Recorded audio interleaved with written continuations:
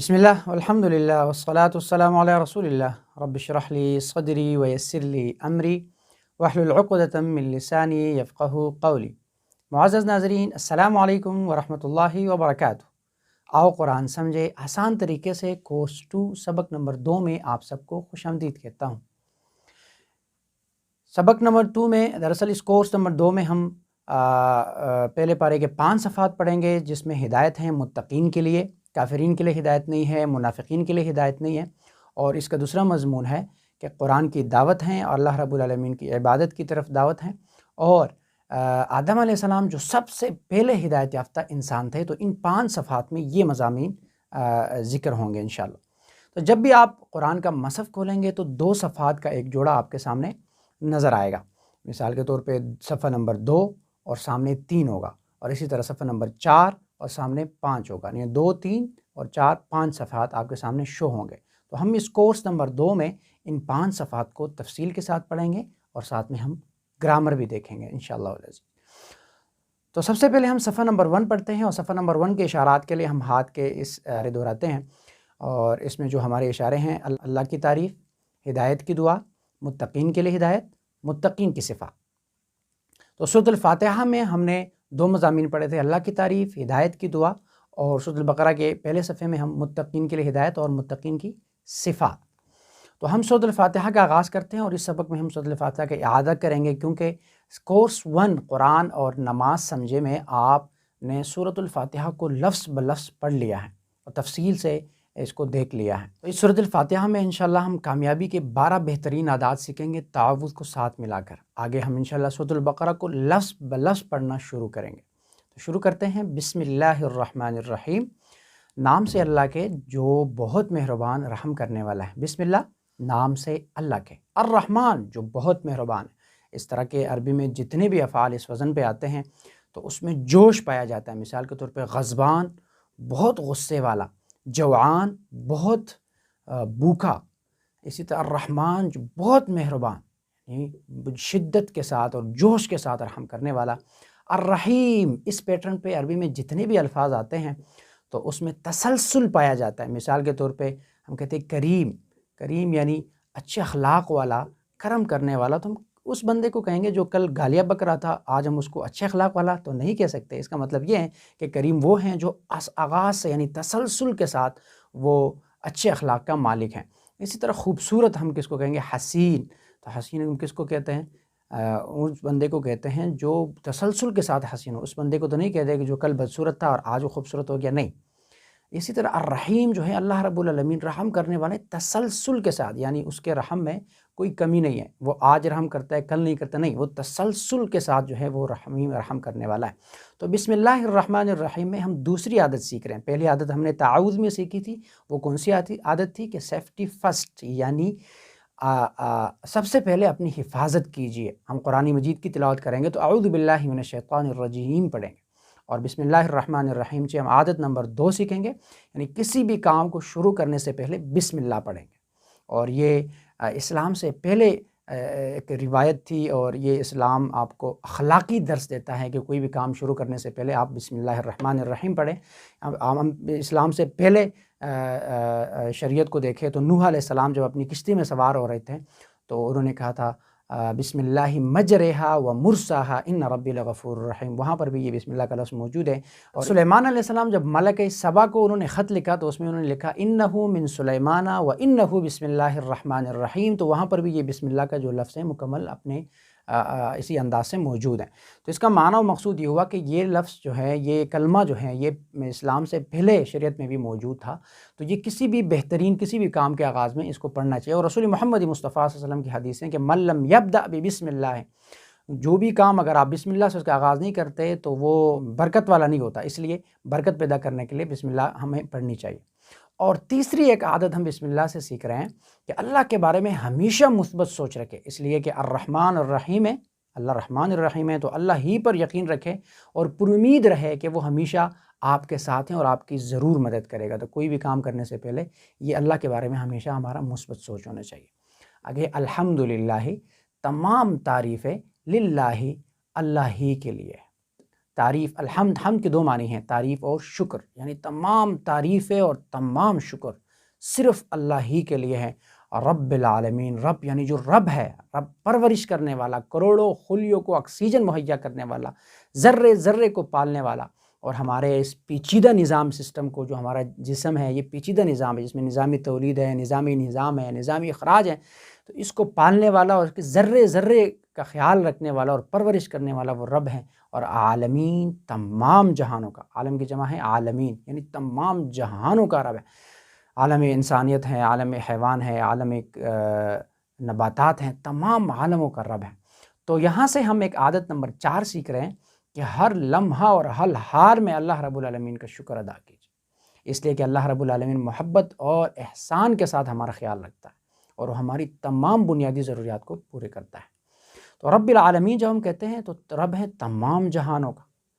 تو اس سے ایک عادت نمبر 5 ہم سیکھ رہے ہیں، یعنی علم حاصل کیجئے اور کائنات میں تدبر کیجئے، کیونکہ جب تک آپ علم حاصل نہیں کریں گے تو اللہ رب العالمین کے یہ جو رب العالمین ہے یہ آپ پر واضح نہیں ہوگا، اور اس طرح دل کے گہرائیوں سے اللہ رب العالمین کی تعریف جو ہے وہ آپ ادا نہیں کر سکیں گے۔ آگے ہیں الرحمن الرحیم، جو بہت مہربان ہے اور رحم کرنے والے ہیں، اس کی تفصیل ہم سیکھ چکے ہیں بسم اللہ میں۔ تو یہاں سے ہم عادت نمبر 6 سیکھ رہے ہیں کہ دوسروں پر رحم کیجئے، یعنی محبت کے ساتھ دوسروں کا خیال رکھے، اسی لیے کہ حضرت محمد مصطفیٰ صلی اللہ علیہ وسلم کا ارشاد ہے کہ جو دوسروں پر رحم نہیں کرتا اس پر رحم نہیں کیا جاتا۔ لا یرحم اللہ من لا یرحم الناس، جو دوسرے لوگوں پر رحم نہیں کرتا اللہ رب العالمین اس پر رحم نہیں کرتا۔ یاد رکھے گا، رحمان اور رحیم صفت اللہ کی ہیں، تو اللہ رب العالمین نے جو نبی بھیجا اس کو وما ارسلناک الا رحمۃ للعالمین، اس کو رحمۃ للعالمین بنا کر بھیجا۔ اس نبی نے مجھے اور آپ کو بھی یہ پیغام دیا کہ میں اور آپ جب اس کے امتی ہیں تو مجھے بھی یہ پیغام ہے کہ دوسروں پر رحم کریں، دوسروں پر رحم نہیں کریں گے تو آپ پر رحم نہیں کیا جائے گا۔ آگے مالک یوم الدین، مالکی مالک ہیں، یوم الدین دن کے بدلے کا۔ دین کے دو معنی ہیں، ایک ہے بدلہ یعنی اچھے اعمال کا اچھا بدلہ اور برے اعمال کا برا بدلہ، اور دوسرے دین کا معنی نظام زندگی۔ نظام زندگی سے مرادیں ہیں دینی اسلام۔ دینی اسلام کیسے کہتے ہیں؟ نظامی زندگی، وہ نظامی زندگی جو اللہ رب العالمین نے رسول محمد مصطفیٰ صلی اللہ علیہ وسلم کو سکھایا یا رسول اللہ صلی اللہ علیہ وسلم کو دیا، اور رسول محمد مصطفیٰ صلی اللہ علیہ وسلم نے اس پر عمل کر کے مجھے اور آپ کو پریکٹیکل دکھایا، اس کو زندگی گزارنے کا طریقہ کہتے ہیں اور اس کو دینی اسلام کہتے ہیں۔ تو مالک یوم الدین، مالک ہے دن کے بدلے کا۔ تصور کیجئے قیامت کا دن، یہاں سے مراد ہے کہ قیامت کے دن اللہ رب العالمین مالک ہوگا۔ آج بھی اللہ مالک ہیں، آج بھی اللہ حاکم ہے، لیکن آج اللہ نے انسانوں کو اختیار دیا ہوا ہے، اور قیامت کے دن کسی کو کوئی اختیار نہیں ہوگا۔ اللہ رب العالمین قیامت کے دن پوچھیں گے لمن الملک اليوم، کون ہے آج کے دن کا بادشاہ، کون ہے آج کے دن کا مالک؟ تو اللہ رب العالمین کی طرف سے یہ اعلان ہوگا اور کوئی جواب نہیں دیا جائے گا، کیونکہ یہ جتنے بھی دنیا کے حکمران ہیں یہ عارضی مالکین ہیں، یہ اس دن کچھ بھی نہیں کر سکیں گے۔ اللہ رب العالمین سب کچھ ہوگا، کوئی سفارش نہیں کر سکے گا، اللہ رب العالمین مالک ہوگا۔ اس وقت تصور کیجئے کہ ہر طرف افراتفری اور انتشار اور نفسا نفسی ہوگی، اللہ رب العالمین چیف جسٹس ہوں گے اور تمام انسانیت، تمام مخلوقات موجود ہوں گے، عدالت سجی ہوئی گی، اللہ رب العالمین فیصلے کریں گے۔ اس وقت سورۃ عبس میں اللہ فرماتا ہے کہ وَأُمِّهِ وَأَبِيهِ وَصَاحِبَتِهِ وَأَخِيهِ وَبَنِيهِ وَفَصِيلَتِهِ الَّتِي تُؤْوِيهِ، یعنی باپ بچے سے بھاگے گا، بچہ باپ سے بھاگے گا، افراتفری ہوگی۔ یہ آج ہم اپنے بچوں کے لیے کتنے محنت و مشقت کر رہے ہیں، قیامت کے دن یہ مجھ سے بھاگیں گے، ایک نیکی مجھے نہیں دیں گے۔ تو اس تصور کو ذہن میں رکھتے ہوئے ترجمہ کیجئے، مالک یوم الدین، مالک ہے دن کے بدلے کا۔ یہاں سے ہم عادت نمبر 7 سیکھ رہے ہیں، یعنی آخرت کو مد نظر رکھتے ہوئے ہر دن کا پلان بنائیں، اور دنیا میں جو بھی کام آپ کریں تو آخرت کی فلاح کو مد نظر رکھتے ہوئے کریں، یعنی جو بھی کام آپ کر رہے ہیں آپ یہ مد نظر رکھیں کہ اس کام کا مجھے آخرت کے لیے کیا فائدہ ہے۔ تو یہ عادت نمبر 7 ہے کہ آخرت کو مد نظر رکھتے ہوئے ہر دن کا پلان بنائیں۔ آگے ہے ایاک نعبد، تیری ہی ہم عبادت کرتے ہیں۔ ایاک نعبد، تیری ہی ہم عبادت کرتے ہیں، وایاک نستعین، اور تجھ ہی سے ہم مدد مانگتے ہیں۔ تو ایاک نعبد، ہم تیری عبادت کرتے ہیں۔ اللہ رب العالمین کا اپنے بندوں پر حق ہے کہ اس کی عبادت کی جائے، تو اللہ کا ہم پر حق ہے، ہم اللہ کی عبادت کریں گے۔ وایاک نستعین، اور تجھ ہی سے مدد مانگتے ہیں، تو ہمارا بندوں کا اللہ پر حق ہے کہ اللہ ان کی مدد کرے، تو اللہ ہماری مدد کرے گا۔ یہاں سے ہم 2 عادات سیکھ رہے ہیں، ایاک نعبد، یہاں سے ہم عادت نمبر 8 سیکھ رہے ہیں کہ روزانہ کے کاموں میں ہر اچھے کام سے پہلے عبادت کی نیت کیجیے، اس لیے کہ دل و دماغ کا سکون اور حقیقی کامیابی صرف عبادت ہی سے حاصل کی جاتی ہے۔ یعنی آپ دنیا کے جتنے بھی کام کرتے ہیں تو یہ آج سے آپ کی عادت بننی چاہیے، اور یہ عادت نمبر 7 ہم یہاں سے سیکھ رہے ہیں کہ ہر کام سے پہلے ہم عبادت کی نیت کریں۔ وَإِيَّاكَ نَسْتَعِينُ، اور تجھ ہی سے ہم مدد چاہتے ہیں۔ یہاں سے ہم عادت نمبر 9 سیکھ رہے ہیں، یعنی ہر چیز میں اللہ کی مدد طلب کیجیے، یعنی قرآن مجید کی اور محمد صلی اللہ علیہ وسلم کی سکھائی ہوئی دعاؤں کو سیکھیے، کیونکہ دیکھیں اللہ رب العالمین کی مدد کے بغیر ہم کچھ بھی نہیں کر سکتے۔ کبھی کبھی انسان کچھ کام کر دیتے ہیں نا، پھر کہتے ہیں میں نے یہ کام کیا، میں نے یہ کام کیا، انا کو بڑا چڑھا کے پیش کرتے ہیں۔ دراصل ہم نے کچھ بھی نہیں کیا، اللہ کی مدد نہ ہوتی تو ہم کچھ بھی نہیں کر سکتے۔ مجھے اگر پیاس لگتی ہے، اللہ کی مدد شامل حال نہ ہو تو میں اپنی پیاس بھی نہیں بجھا سکتا۔ تو اس لیے تمام جتنے بھی کام ہیں اس میں اللہ سے مدد طلب کیجیے۔ آگے اہدنا الصراط المستقیم، اہدنا ہدایت دے ہمیں الصراط المستقیم، سیدھے راستے کی، یعنی راستہ جو سیدھا ہے اس کی ہمیں ہدایت دے۔ دینی اسلام پر ہم نے کلمہ پڑھا تو لا الہ الا اللہ محمد رسول اللہ، تو یہ کلمہ کفر اور اسلام کے درمیان فرق اور تمیز اور دیوار تو ہے، ہم مسلمان ہو گئے، لیکن یہ ہدایت کے لیے کافی نہیں ہے، کیونکہ روزمرہ 24 گھنٹے کی زندگی میں مختلف قسم کے لحظات اور لمحات آتے ہیں جو ہمیں صراط مستقیم سے بھٹکانے کے لیے ہوتے ہیں۔ تو اس لیے ہم روزانہ کی بنیاد پر اللہ رب العالمین سے دعا کرتے ہیں کہ ہمیں سیدھی راہ پر مستقیم رکھ، یعنی استقامت نصیب فرما۔ دنیا کی جتنی بھی مشغولیات ہیں اس میں آپ کے سیدھی راہ پر رہوں۔